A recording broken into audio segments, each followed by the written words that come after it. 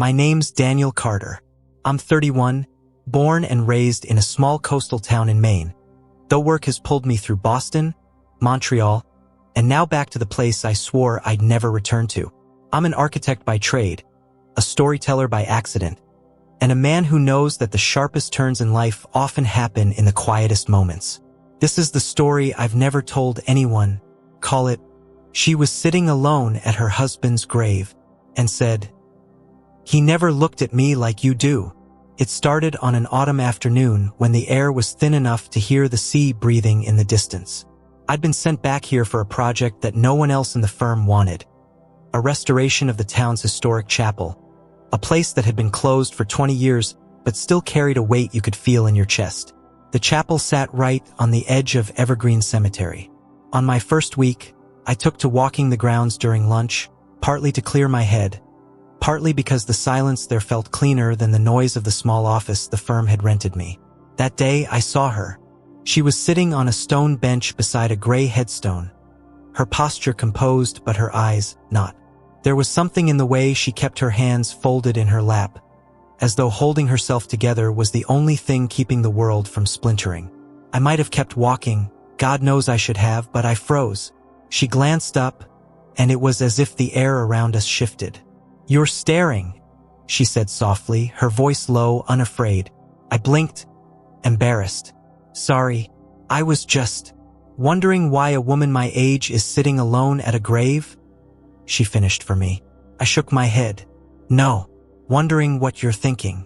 A faint smile tugged at the edge of her lips, then vanished. Dangerous question to ask a stranger. I stepped closer, still keeping a respectful distance. "I'm Daniel. I'm working on the chapel restoration." "Anna," she replied after a pause.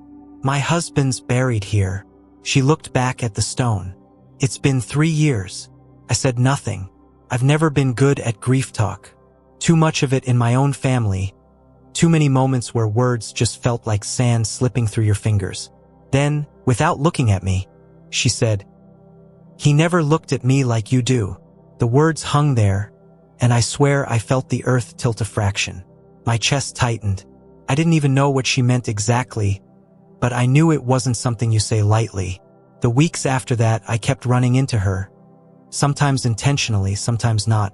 She was always there in the cemetery around the same time, always by the same grave. Sometimes she'd talk. Sometimes she'd just let the silence work between us like a third presence. Back at the office, I tried not to mention her. My temporary assistant, a sharp, 24-year-old named Kelly, noticed my sudden habit of taking long lunches, but didn't push at first. The firm was small and gossip was currency.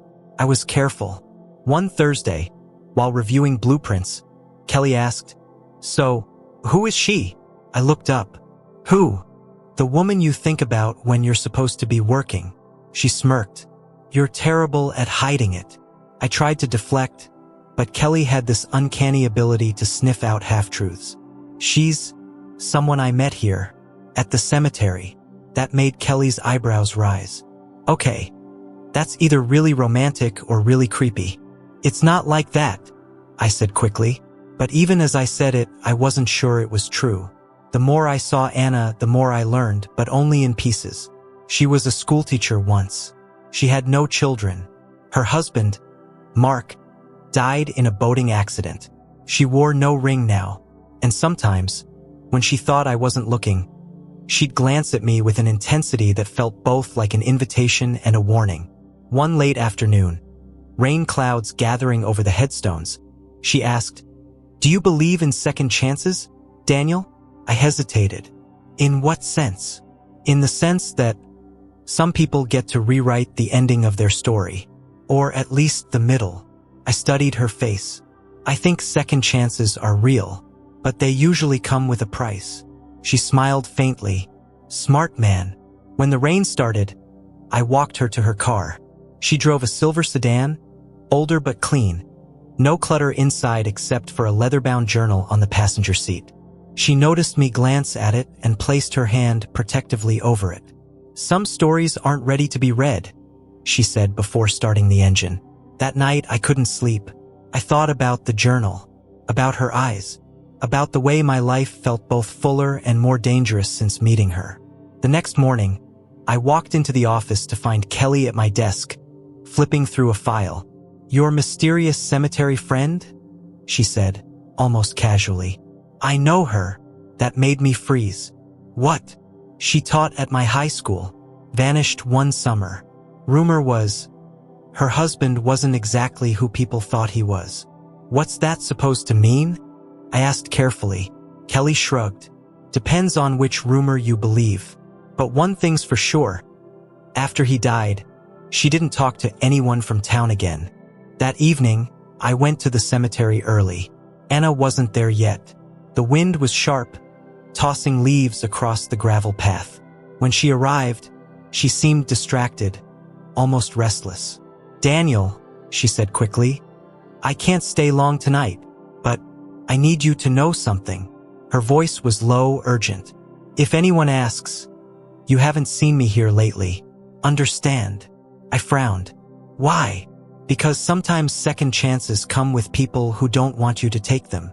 Before I could ask more, she turned and walked away, faster than I'd ever seen her move, and I was left standing among the graves, the sky darkening, my pulse racing, wondering just how deep into her story I'd already stepped. 3 days passed without seeing Anna. 3 days in which I told myself I wouldn't go looking for her, yet found my feet carrying me to the cemetery anyway.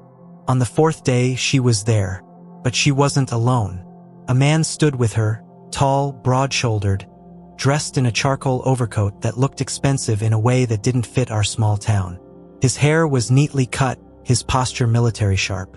They were speaking in low, tight voices, too far for me to catch the words. Anna spotted me over the man's shoulder. For a split second, her expression broke.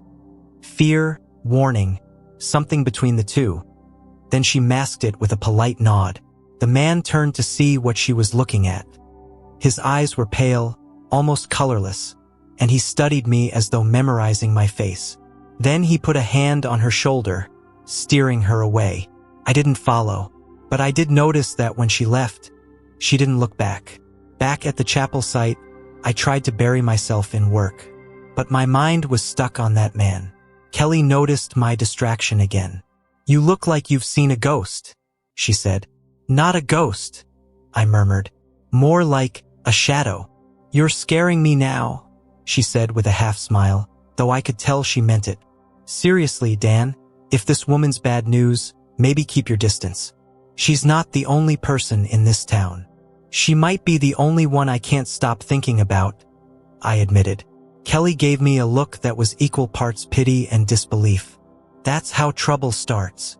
That evening, my phone buzzed while I was making dinner. Unknown number. I almost didn't answer. "Daniel." Her voice was hurried. "Quiet. It's me. Don't say my name." I stepped into the other room, closing the door. "Where are you?"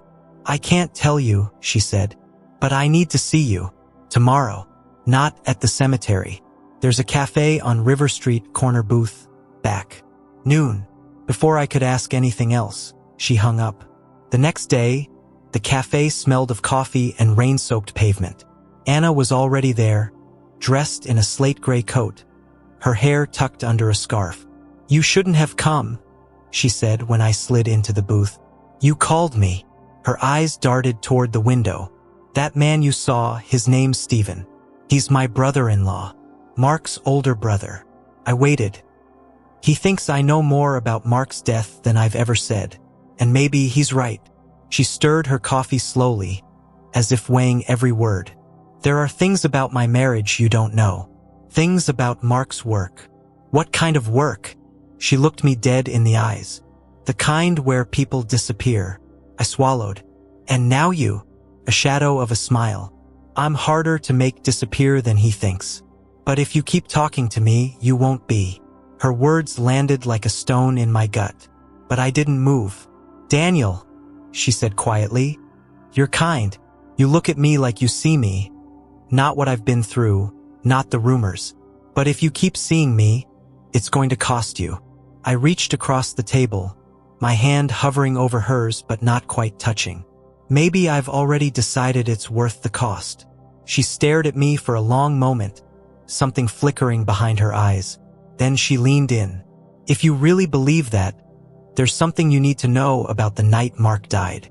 We left the cafe together, walking a block before she stopped in front of a narrow alley, checking both ways like she was being followed. I was supposed to be on that boat, she said. The night he drowned.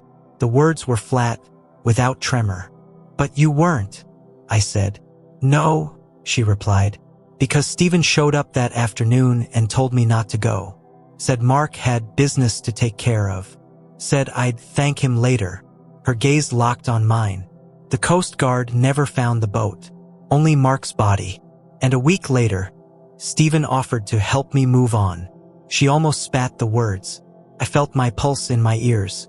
Anna, do you understand now? She cut in. Why I sit at that grave. Why I said he never looked at me like you do. Because I don't think Stephen ever cared that Mark was gone.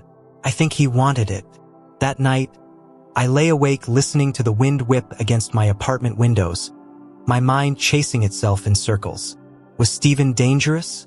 Or was Anna feeding me a story to keep me hooked? I'd seen enough complicated relationships in my own family to know that truth bends easily under grief. And yet, the way she'd said my name in the cafe, the way her voice had dropped when she talked about second chances, there was no mistaking the pull between us. The next morning, the chapel foreman, Ed, came over with a clipboard. You know a lady named Anna? He asked. My stomach nodded. Why? Because there's a guy been asking around for you. Tall, wears an overcoat. Said you've been keeping company with her. I forced a shrug. People talk. Ed didn't look convinced. Well, this guy wasn't talking. More like making a list. That night, I found a note slipped under my apartment door. No signature. No greeting. Just 6 words in neat, block handwriting. Stop seeing her or regret it. The note sat on my kitchen table all night. A silent dare I couldn't ignore. I tried to tell myself it wasn't worth it. Anna, Stephen, whatever secrets were tangled between them. But every time I closed my eyes, I saw her face in the cafe. The softness when she spoke my name. The steel when she spoke of her husband's death. The next day at work, Kelly cornered me in the hallway. You've got that look again, she said. What look? The one you had right before you decided to take on that insane Boston high-rise project in the middle of a blizzard. Only this time, I think it's about a woman. I started to deflect, but she cut me off. Dan, I don't care what you do after hours, but someone came by the office this morning. Tall, overcoat. Asked if you were around much after dark. My stomach tightened. Stephen. Kelly's eyes narrowed. You know him? Not exactly. I grabbed my jacket. I need to go. I found Anna at the cemetery just before sunset. The golden light painted everything softer than it was. The headstones, the grass, even her expression when she saw me. I got your note, I said, her brow furrowed. I didn't leave you a note. It wasn't signed. But I'm guessing Stephen knows where I live now. A flicker of fear crossed her face before she masked it. Daniel, you can't let him think you matter to me. I stepped closer. And do I? She didn't answer, at least not with words. Instead, she reached up, her fingers brushing my jaw in a way that made my chest ache. You matter enough for me to worry, she whispered. She told me more that evening. About the late-night phone calls Mark used to take. The names she'd overheard. Names that meant nothing to her but made Stephen furious when she repeated them. About the boating accident that didn't line up with the weather reports. About how Stephen had been in town that night, but later swore he was 3 hours away. And about the journal I'd seen in her car. It's not just my thoughts, she said. It's everything I remembered after Mark died. Every word, every detail. If anything happens to me, it's the only thing that tells the truth. Where is it now? I asked. Somewhere he'll never look. 2 nights later, I woke to the sound of my front door rattling. I grabbed the baseball bat I kept by the bed and moved quietly toward the living room. The noise stopped, replaced by silence so thick I could hear my own pulse. When I flicked the light on, the door was shut, locked, But a second note was taped to the glass. Last warning. I didn't sleep after that. The following day, Anna didn't show at the cemetery. Or the next. On the third day, I found myself back at the cafe, scanning every table like a man checking for ghosts. When she finally walked in, she looked pale, her scarf pulled tight around her neck. "We don't have much time," she said, sliding into the booth. "What's going on?" "Steven's leaving town for 2 days," she said. "It's our chance to get the journal. Our chance." "You think I'm doing this alone?" She gave a half smile. "I need someone I trust. And right now, that's you." That night, we drove to a house on the far side of town, Steven's place. It was bigger than I expected, with manicured hedges and security lights that swept the yard in slow arcs. Anna led me to a side door. "He doesn't lock this one," she whispered. "Thinks no one's dumb enough to try it." Inside, the air smelled faintly of cologne and paper. She moved quickly straight for the study. In the bottom drawer of a heavy oak desk was a metal lockbox. She pulled a key from her coat pocket. "Mark's key," she said quietly, unlocking it. Inside, under a stack of documents, was the journal. She grabbed it, slipped it into her bag. "Let's go." We were halfway to the door when headlights swept across the window. "Too early," Anna whispered. "He's not supposed to be." A car door slammed. Footsteps. We bolted out the side door, hearts pounding, ducking into the shadow of the hedges. The front door opened, and Steven's voice called out into the night. "Anna." It wasn't loud, but it carried a weight that made my skin crawl. We didn't move until his footsteps faded inside. Then we ran through the yard across the street into the car. Neither of us spoke until we were back at my apartment. She set the journal on my table, her hands trembling slightly. "I need you to keep it," she said. "If he knows I have it, he'll stop at nothing to get it back." I nodded, still catching my breath. "What's in it that's worth this much risk?" She met my eyes. "Proof that Mark didn't die by accident. And proof that Steven's been covering for someone worse." We were interrupted by the sound of my phone buzzing. No caller ID. I almost didn't answer, but when I did, Steven's voice filled the line. "You've made a mistake, Daniel." The line went dead. The silence after Steven hung up was worse than the threat itself. Anna sat across from me, eyes fixed on the journal as though it were a loaded weapon. "He knows we have it," I said. She shook her head. "No, he suspects. That's different. We have to move fast before it becomes certainty." "What's your plan?" Her answer was immediate. "We take it to someone who'll actually listen. Not the local police, they've been in Steven's pocket for years. My cousin works at a newspaper in Portland. If we can get it to her, then Steven can't make it disappear," I finished. She gave a faint, grim smile. "Exactly." We left before dawn. The streets were empty, the ocean mist curling across the pavement. Anna drove, her hands steady on the wheel despite everything. I sat with the journal in my lap, resisting the urge to open it. Halfway to Portland, headlights appeared in the rearview mirror. Too close, too steady. Anna noticed. "He's following us." The car behind us stayed on our tail for miles, until Anna abruptly turned down an unlit coastal road. "Hold on," she said, and floored the gas. We twisted through the dark until we hit a fork. Anna killed the lights, swerving into a narrow turnout. The car behind shot past, its taillights vanishing into the fog. We didn't move for a full minute. My heart hammered in my chest. "Let's keep going," she whispered. We reached Portland just after sunrise. Anna's cousin, Mara, met us at a diner near the docks. She was small, sharp-eyed, with ink-stained fingers and the air of someone who'd seen more than she said. Anna slid the journal across the table. "It's all in there. Names, dates, transactions. Mark's death wasn't random. It was part of something bigger. Steven's not just covering for himself." Mara flipped through a few pages, her eyes widening. "If even half of this is true."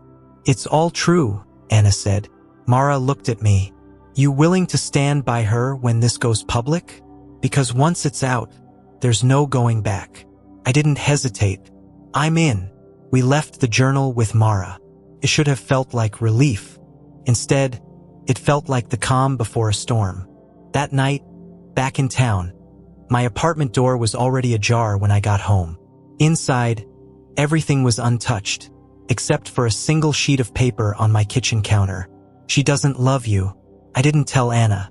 Not immediately. A part of me wanted to test it, to see if her eyes would change, if her voice would falter when we were together.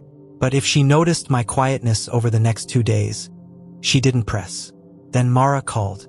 "Steven's gone," she said. "Gone?" I asked. "Vanished. His car was found near the border, but no sign of him. Whatever was coming for him, he saw it first." I told Anna, expecting relief. Instead, she just nodded, as if she'd been waiting for it. 2 weeks later, the article ran. Steven's connections, the illegal shipments, the payoffs. Mark's accident reframed as a murder tangled in business far beyond our town. Anna's name was kept out of it, but everyone knew she'd been involved. We met at the cemetery the night the paper hit. "I guess this is it," I said. "You're free." Anna studied me, her expression unreadable. "Free is a strange word, Daniel. It's not like I get Mark back, or the years I lost." I stepped closer. "But you get now. You get to start over." Her eyes softened, just a fraction. "Do I?" "Yes," I said, my voice low. "And maybe I could be part of that." For a long moment, she didn't answer. Then she reached for my hand. "I don't know where I'm going from here, but if you're still here when I figure it out, maybe we'll find out together." That was months ago. She's still here. So am I. Sometimes we walk the cemetery in silence. Sometimes we talk until the sun dips low. And sometimes I catch her looking at me the way she did that first day, like she's weighing whether to let me all the way in. I've stopped asking if she loves me. I've learned that love, in its truest form, isn't a declaration. It's a decision made quietly again and again. And maybe that's the real second chance. Not rewriting the past, but choosing every day to keep walking into a future you can't fully see.